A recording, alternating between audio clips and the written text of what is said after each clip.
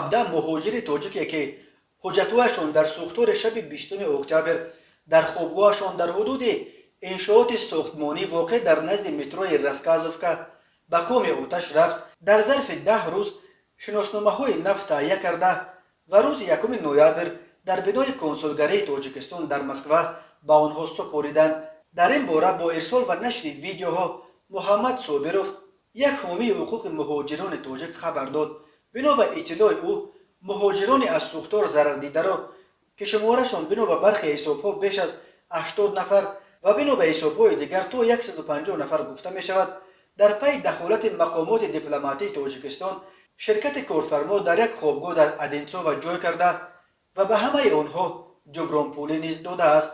در ویدیویی که محمد صابروف به سامانه بامداد فرستاد، یکی از این مهاجران میگوید که با تمام چیز تامینند و احتیاج ندارند. او گفت برخی افراد با استفاده از این حادثه که بر سر آنها آمد، دیگ درآمد خود را جوش داده گویا برای مهاجران در سوختار ضرر دیده پول خیریت جمع میکنند که در اصل چنین نیست.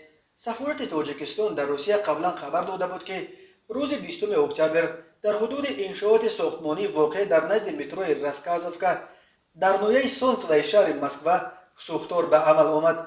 در این ساختمان بیش از 100 نفر شهروند تاجیکستان طبق شرطنامه با 4 شرکت ساختمانی به کار جلب شده فعالیت می نمایند.